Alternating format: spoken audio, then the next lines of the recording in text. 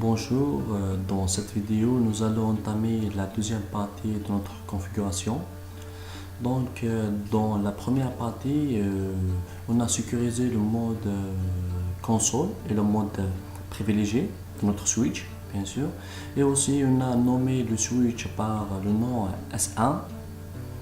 Donc dans la deuxième partie, on va sécuriser le mode VTE Guide. Donc c'est l'accès à distance vers un switch par le protocole Telnet. Et aussi, on va appliquer un cryptage simple à tous les mots de passe. Et aussi, on va afficher un message de bannière de connexion. Et à la fin, on va sauvegarder toute la configuration qu'on a configurée. Voilà. Donc, après la première partie de configuration, le mode console demande un mot de passe pour accéder au mode console. C'est donc chez Cisco. Voilà, maintenant on est sur le mode console. Pour accéder au mode privilégié, donc on va taper la commande enable. Voilà, donc il demande aussi un mot de passe, c'est Cisco aussi. Voilà, d'après la première partie. Et donc le nom du switch est S1, bien sûr. Donc maintenant on va configurer le mode VTE Guide. Tout d'abord on va accéder au mode de configuration globale. C'est la commande configure final. Voilà, maintenant on est sur la configuration globale, notre configuration. Donc si la commande c'est line VTE Guide 015. Voilà, donc password, on va donner donc le mot de passe. C'est par exemple c'est Cisco, par exemple. Non, par exemple c'est Cisco, bien sûr. Par exemple, mot de passe c'est Cisco. Maintenant on va donc activer ce mot de passe, c'est login. Voilà. Maintenant c'est bon, on a sécurisé le mode VTE Guide par le mot de passe Cisco. Voilà. Donc maintenant, si on va vérifier la configuration qu'on a configurée, show running. Voilà. Donc comme vous voyez, on a le mode privilégié, il est haché, voilà, sécurisé bien sûr. Il n'est pas en clair. Et le nom donc de switch S1. Voilà. Les interfaces de switch. Voilà. Et le mode console, c'est le mot de passe, c'est Cisco. Et aussi le mode VTE Guide, c'est Cisco. Voilà. Donc maintenant on va appliquer un cryptage simple. On va crypter donc ces mots de passe. Voilà. Parce que ces mots de passe ils sont lisibles. Voilà. Donc voilà, par configuration, on va accéder d'abord à la configuration principale. Service password. Voilà. Service password encryption. C'est pour crypter tous les mots de passe. Voilà.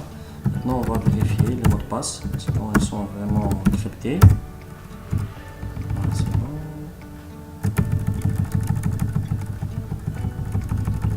Voilà. Comme vous voyez, le mot de passe, mode console, il est crypté. Voilà. Cisco, mais il est crypté maintenant. Voilà. Et aussi le mode VTE Guide, il est crypté. Voilà, c'est bon. Donc maintenant on va donc configurer donc un message de bannière, voilà. Toujours mode configuration par la commande mode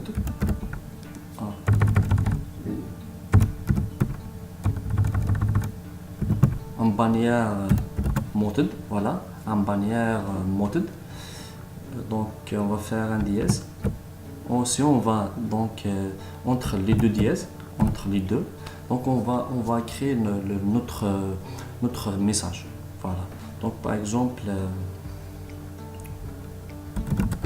bonjour. Le message bonjour.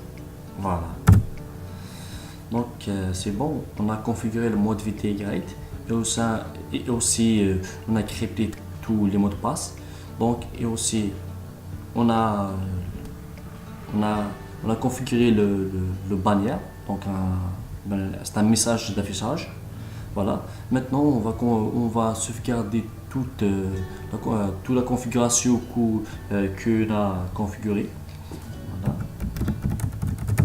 En mode privilégié, c'est la commande copy running config et startup config.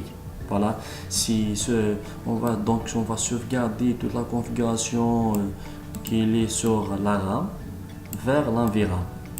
Voilà, vers l'environ. Donc maintenant, voilà.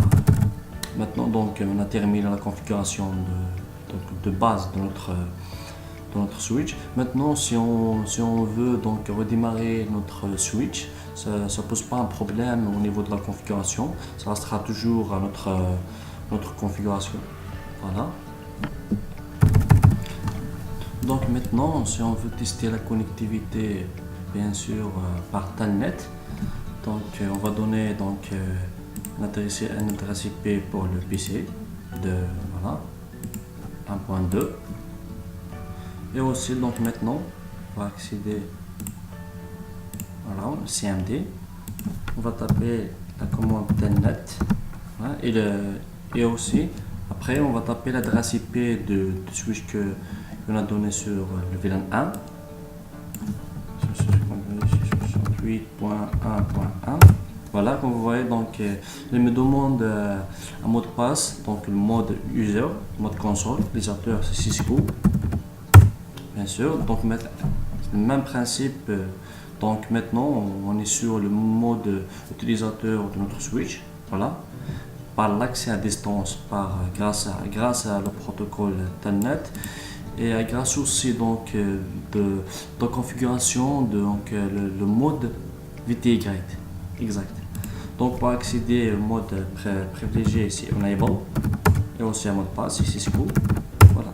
Donc maintenant on est sur donc le mode privilégié. Et aussi donc c'est la fin de la deuxième partie, et merci, donc à la prochaine vidéo, Inch'Allah.